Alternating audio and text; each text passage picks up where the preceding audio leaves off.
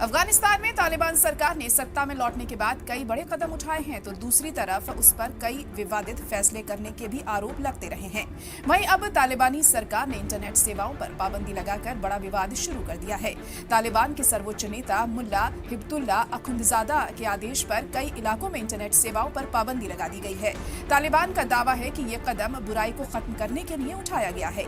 Media में छपी खबरों के मुताबिक अफगानिस्तान के बल्ख प्रांत में फाइबर ऑप्टिक इंटरनेट पर पूरी तरह से रोक लगा दी गई है।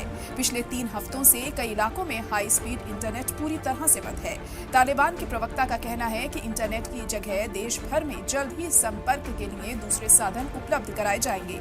हालांकि इस प्रतिबंध ने अफगान समाज की मुश्किलें कई गुना बढ़ा दी हैं। इंटरनेट पर पाबंदी से उनकी रोजमर्रा की जिंदगी प्रभावित हुई है। अब आगे देखते हैं कि इस टेक्नोलॉजी के दौर में इस फैसले के बाद तालिबान अपने लोगों की रोजमर्रा की जिंदगी को कैसे आसान बनाएगा।